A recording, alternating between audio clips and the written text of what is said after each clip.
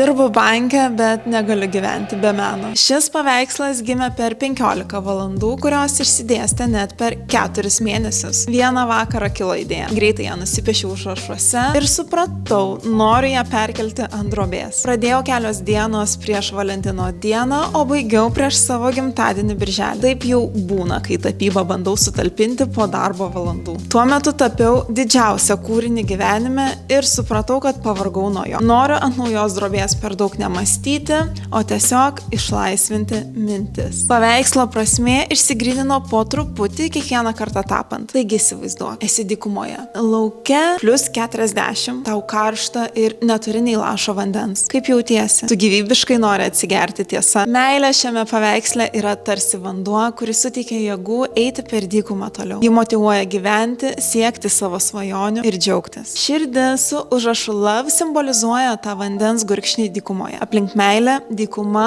arba kitaip tariant skirtingi gyvenimai. Kiekvienam reikia meilės, kad ir kokioje formoje ji būtų. Meilė savo, meilė tam, ką darai, meilė gyvenimui. Paveikslas keitėsi kelis kartus. Kai nutapiau pirmą variantą, žiūrėjau jį ir supratau, man visiškai nepatinka tai, ką matau. Vaizduotėje, žinoma, atrodė geriau. Taigi reikėjo gelbėti situaciją. Atsidariau spalvų ratą ir žiūrėjau, kokia spalva derinasi prie oranžinės. Na ir supratau, kad mėlyna yra ta spalva, kurios man reikia. Nedvėjojusi drąsiai pakeičiau širdelę į mėlyną ir tada pamačiau, ji gali būti kaip vanduo. Pradėjau tapyti tada oro burbuliukus ir jie labai pagyvino vaizdą. Ir štai rezultatas. Pristatau tau meilės gaiva. 15 valandų per 4 mėnesius. Pasidalink komentaruose, ką tu jauti žiūrėdamas į šį kūrinį. Gal visiškai kažką kito nei aš.